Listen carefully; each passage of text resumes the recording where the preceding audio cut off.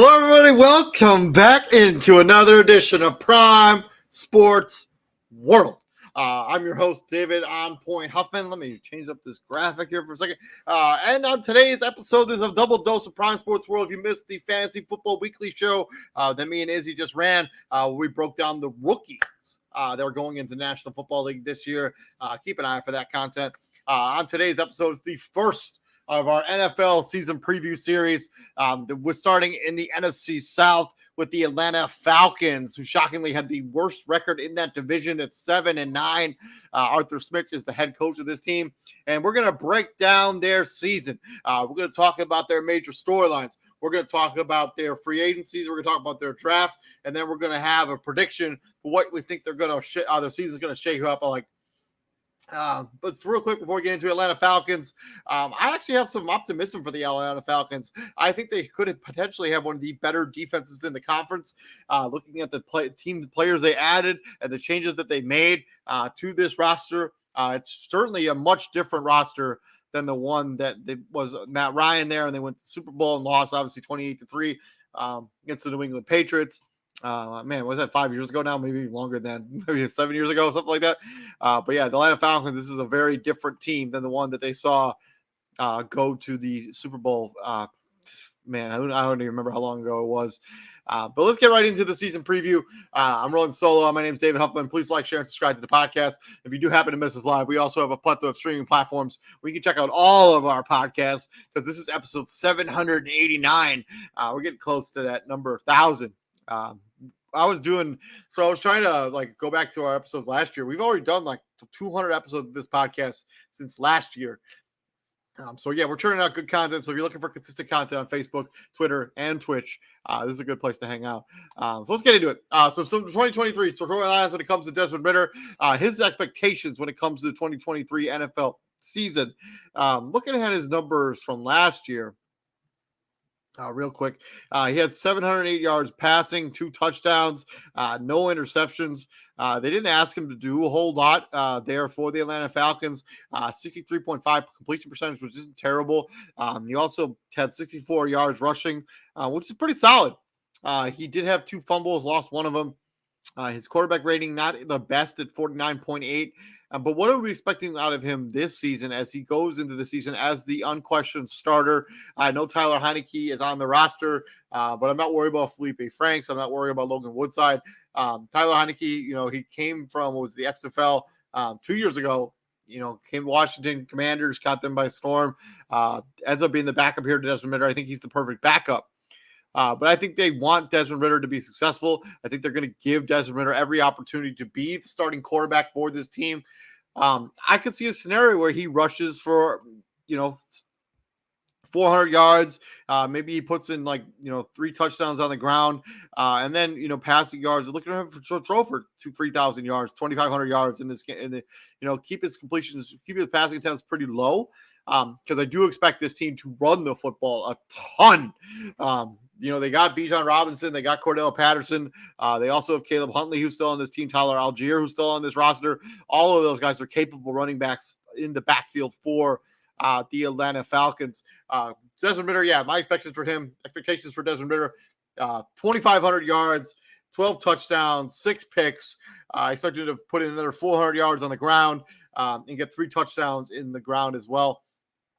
So let's talk about the Atlanta Falcons and their rushing attack. Could they lead the NFL in rushing is the question that I'm asking here as one of the storylines for the Atlanta Falcons. And I think there is a real possibility that they could lead the league in rushing looking at where they were last season. Rushing yards. Hold on a second. Sorry, I'm running. I usually have some co-host. I can look up this stuff in between slides. I didn't get that opportunity this time. They were the number 3 team rushing in the league last year with 2,718 yards rushing, average 4.9 yards a clip. They rushed it 559 times, which is the most in the NFL by one over the Chicago Bears. But they basically were the team that ran the football more than anyone outside of the Chicago Bears. And a lot of that carries came from their quarterback position. This is a team that had a bunch of running backs who had a bunch of carries. And so when you talk about the Atlanta Falcons and could they lead the NFL in rushing? Yeah, of course they could. I think that this is going to be one of those teams. Like when you play the Atlanta Falcons in 2023, you're going to know it. It's going to be one of those teams that are going to be really annoying to play because they're not going to play like everybody else in the NFL. Everybody else wants to throw the football around and pass a bunch of yards. This is not the Atlanta Falcons. They are going to be looking to run the rock. They have a good offensive line there in Atlanta. You know, you're looking at it. You Jake Matthews, Matthew Bergeron, Drew Dahlman, Chris Lindstrom, Caleb McCrary, who they re-signed in free agency. All of those guys. Jalen Mayfield is the guy they drafted who could be a swing tackle for them too. Matt Hennessy, a good football player as well. This is a good offensive line. And when you have a good offensive line, I think they're going to benefit by the fact that they have a young quarterback that maybe they don't want to push too far. Desmond Ridder, you know, 3,500 yards, 2,500 yards passing, as I just mentioned. This Atlanta Falcons team could they lead the NFL rushing? Yeah, I think they could. I think they will. I think this is a team that's going to run the football 35 plus times a game. They're going to be a very difficult team, a very annoying team to play. So yeah, NFL Falcons could realistically lead the NFL rushing, which brings them in. Can they win the NFC South? Based on the status of the NFC South, I think it probably is the weakest division in NFL. It's the reason we're starting with it, actually, because I personally think it's the weakest division in the NFL. You can go ahead and feel free to disagree with me on that comment. You know, you can take umbrage with that comment, but you know, New Orleans Saints they're not world beaters. Tampa Bay Buccaneers, we don't know what we're going to get out of Baker Mayfield on a game-to-game basis, and the Carolina Panthers have completely rebuilt with Bryce Young there, trading away their star wide receiver. The Atlanta could win the NFC South. Let's be real. They have a defense that should be much improved. You know, you have corners and it should be solid. Bud Dupree getting pressure on the quarterback. Grady Jarrett's still there. Calais Campbell, a new addition to this team. This is I don't think it's erroneous to say the Atlanta Falcons could realistically win the NFC South, and not to mention I think they have the easiest schedule in the NFL this season. So when it comes to the Atlanta Falcons, can they win the NFC South? Yeah, they for sure can. I don't know if they for sure will, but they have an opportunity to absolutely win the NFC South if they play their cards right. So let's swing in from the storylines. Let's talk about their NFL draft class. They got Bijan Robinson, obviously with the 8th pick in this year's draft, running back out of Texas. Matthew Bergeron, offensive tackle out of Syracuse. Zach Harrison, edge out of Ohio State. Carl Phillips, 3rd cornerback out of Utah. DeMarco Helms, safety out of Alabama. Javon Gwynn, guard out of South Carolina. This is a team that already was good with running the football. They basically improved their running ability with Bijan Robinson. He was the best running back in this league. And at one point, I mean, you make a strength even stronger by taking a running back at the top 8. It's probably not what I would have done. Personally, I think I would have tried to shore up this edge rushing position, and I think I probably would have done something like that. But I'm not hating on the fact that they were like, hey, you know what we're going to be next season? We're going to be one of the most annoying teams to play in the NFL. We're going to bolster our running game and make us really difficult to play. And yeah, I think, you know, Caleb Huntley's coming off an Achilles injury. Ricardo Patterson's over 30 years old. You don't really know what you're going to get out of those guys. I love the Bijan Robinson pick. Matthew Bergeron is just depth at the offensive tackle position. He had 39 college starts. He's got potential for versatility. He can play guard or tackle. You know, Jalen Mayfield, who they drafted in 2021, they signed Elijah Wilkinson. He's a solid football player. They needed a starting left tackle, so let's see. Maybe he plays left tackle. Maybe he plays right guard. We'll see. Zach Harrison is a big dude, 6'6", played 27 games for Ohio State. Should be able to out-depth the defensive line in 2023. Also gets to learn behind Calais Campbell, who we'll get to here in a minute. There is some concern. He never had over 3.5 sacks in any one season. Carl Phillips, third. Smart pick here by Atlanta. Corner, he's a little bit smaller. He can probably lock people down in the slot position. He's only 5'9", so we'll see what ends up happening with that. A safety out of Alabama. It's never a bad idea to take a safety from Alabama. 160 total tackles and 3 interceptions in his career, including 2 in 2021. He's just a depth at safety position who they already have Richie Grant and Jesse Bates III they got in free agency as well. And then the guard center out of South Carolina, Javon Gwynn. Is just a guy who's just going to be some depth there at the 7th round. You get to take a shot at him. SEC depth at guard or center. So I like it. He started 47 games as a member of the South Carolina Gamecocks. So I like it. I like it a lot. Moving on from, let's talk about free agency and the roster shakeup in free agency. Notable additions is Jesse Bates III. They brought up the bag for him. Good to see him get paid, not have to play on the franchise tag year after year after year. 4 years deal worth $64 million. I cannot remember what the guaranteed money was on that deal. I think it was like 38, something like 35. Becomes the highest paid safety in the NFL. Jeff Okudah, they got in trade. Never really panned out there in Detroit, but gets a new fresh start there in Atlanta. He got a kind of close to where he's from. He went to Ohio State. I don't know what I'm talking about. Calais Campbell, future Hall of Famer Calais Campbell, actually. Mike Hughes, David Onyemata. Taylor Heineke gives you depth at the quarterback position. If Desmond Ridder ends up not working out, you have some guy who can come in who has NFL experience. And Bud Dupree, even though he hasn't really been the same guy since that Achilles or the ACL tear as a member of the Pittsburgh Steelers, as he got released by the Tennessee Titans most recently, but he gives you depth at the pass rushing position. Isaiah Oliver is a guy who left, cornerback. Not that big a deal. I was trying to go through the list of players that left for the Atlanta Falcons. I couldn't really find anybody else that I really cared about. I know they did bring in Scotty Miller, just bring him depth at wide receiver position. Casey Hayward, who's been a really good corner throughout his career, just can't stay healthy. Rashad Evans is a solid linebacker, nothing special though. But everybody else they lost, it's not the end of the world. I think you can replace most of those guys. Mikael Pruitt, a decent tight end, depth there at the tight end position. They got Jermaine Ifedi. They lost Jermaine Ifedi, who's been an underrated, swing tackle throughout his NFL career. Anthony Frisker, another tight end who went to New England. Not that big of a loss there. But I like what they've done in free agency. I think you realize that, hey, this is Atlanta Falcons team.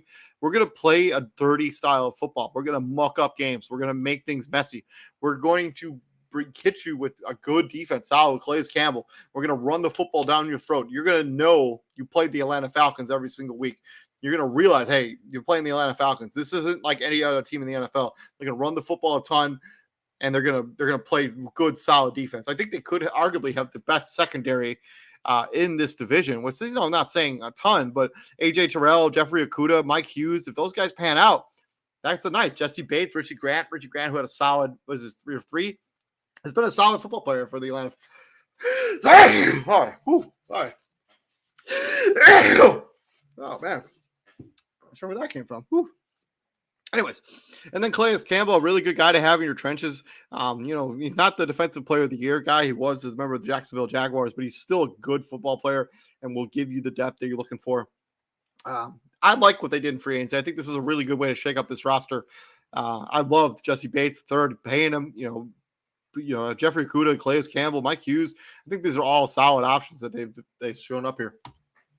So let's get into the 2023 Ross record prediction for the Atlanta Falcons. So I'm just going to take a look at the games on their schedule. So let's go through it. So Carolina, this game is in Atlanta.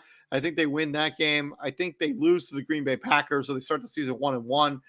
They go to Detroit. I think that's an L. I think they go to Jacksonville. I think they lose that game as well. And they're 3-1 right out of the gates there.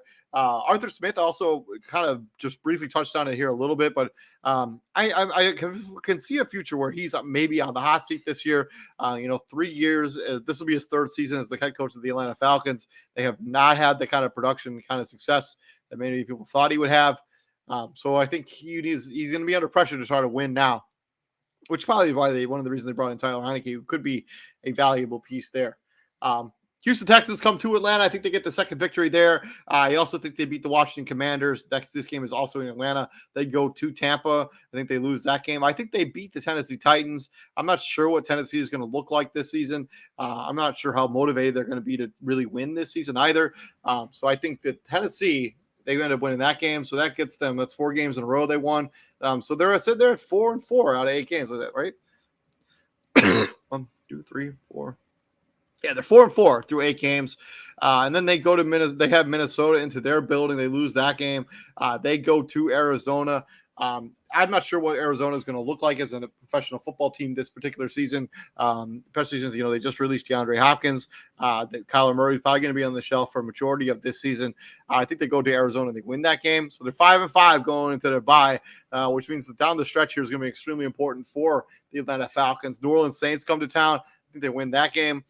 They go to the Jets. They lose that. Tampa Bay comes to town. I think they win that game. So they're sitting there at 6-5 going into their final 4 games of the season. They go to Carolina. I think they get that game. I think they beat the Indianapolis Colts to rise up here. It's like a lot of Falcons rise up, baby.